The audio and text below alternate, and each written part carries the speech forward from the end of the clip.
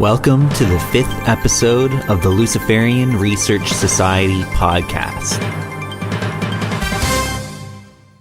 I'm Jeremy Crow, your host, and in this episode we'll be talking about the International Left-Hand Path Convention of 2012, which will be held in Toronto. We'll be presenting another song, and I'll be talking a bit about Sex Magick. So let's start this off by talking about the International Left-Hand Path Convention of 2012. Now this will be held in Toronto, August 3rd to 5th, and everybody listening to this podcast right now, we want you to come to this event. It's for left-hand path occultists, such as Luciferians, Satanists, Setians. If you're into the Cthulhu stuff, or, if you're just a interested occultist, or just, you want to get together with some people who talk about serious ritual and occult practices and aren't afraid of breaking taboos. This is a gathering. This is one of the big gatherings that we're going to have. And I'd like it to become a regular thing, to be held around the world in different locations. Ideally, this would happen every year. So what we're going to do is we're going to start it off Friday night, August 3rd. We're going to have a concert. We're going to kick it off with a music festival with left-hand path artists. Probably going to start off with a bit of the lighter stuff, going into a bit more heavy rock, and getting a bit more electronic and turning into a rave, which will go fairly late into the night. Saturday, we're going to start around 1 o'clock. This will give people a chance to sleep in if they want, or they can go around and explore Toronto, hang out with some of the people that maybe they've wanted to connect with for a while. Start off at 1 o'clock and probably go till around 9 o'clock or so with structured events. And that'll be like an art show. We're going to have an art show, and there's going to be a marketplace set up for vendors with tables, and there'll be, some presentations such as videos will be played, workshops, seminars, lectures, rituals.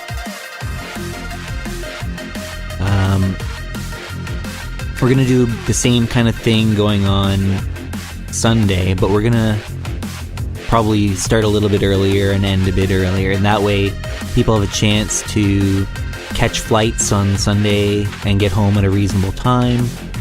Things like that. If you'd like to perform at the event, or have a workshop you'd like to present, or if you'd like to be a merchant, send me an email at leftyshow2012@gmail.com. That's LEFTYSHOW2012@gmail.com. Here's a song by Pleasure The Priestess, who will be performing at the event. The song is called Love Spell.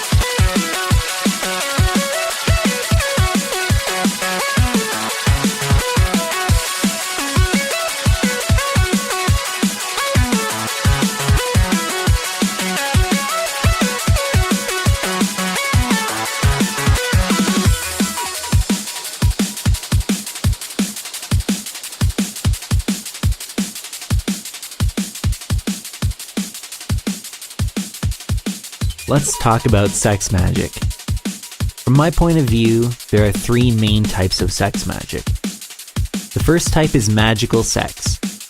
This is utilizing some of the lesser known techniques or occult techniques to enhance your sex life, to make it more magical. The second type is more like sex yoga, where you're using sex in a religious or spiritual context to accomplish your spiritual goals. Usually that would be enlightenment.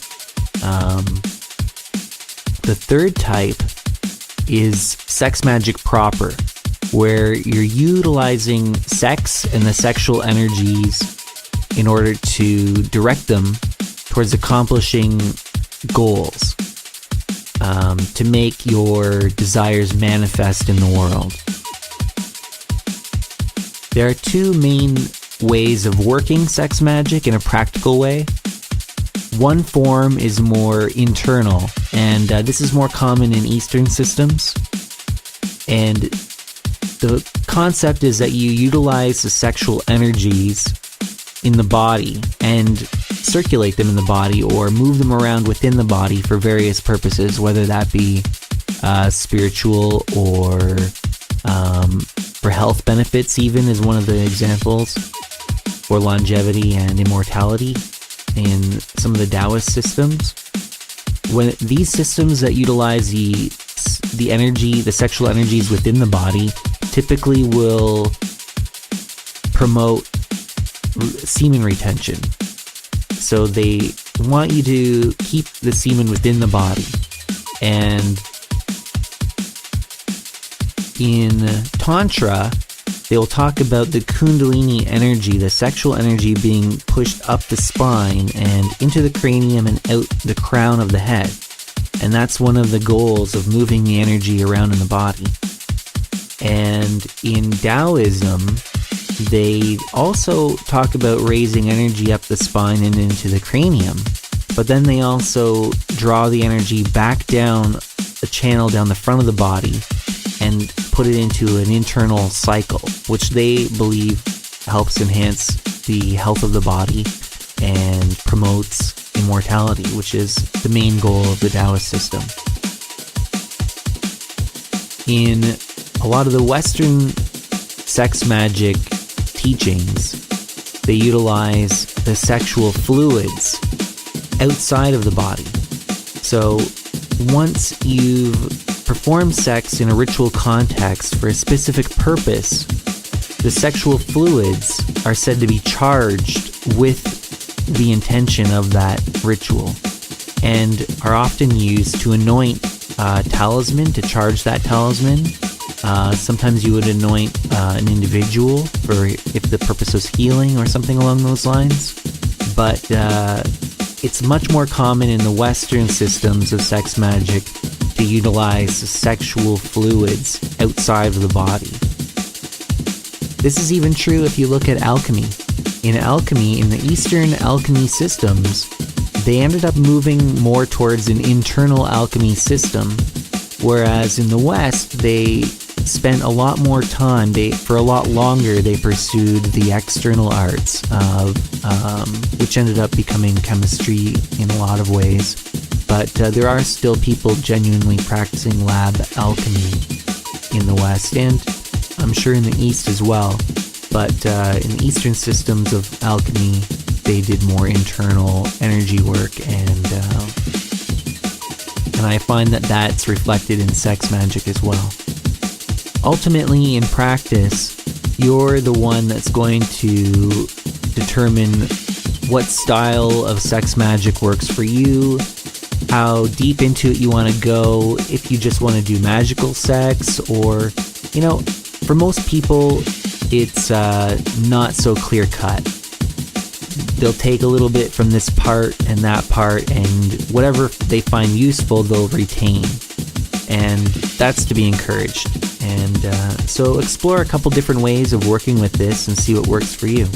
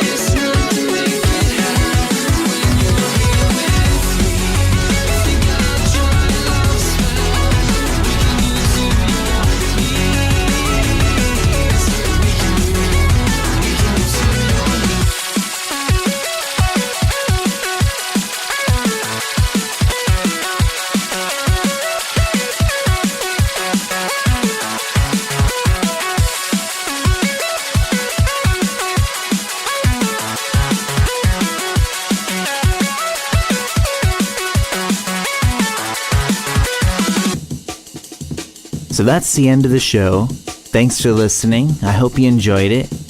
If you would like to be in the International Left Hand Path Convention, send me an email at leftyshow2012@gmail.com.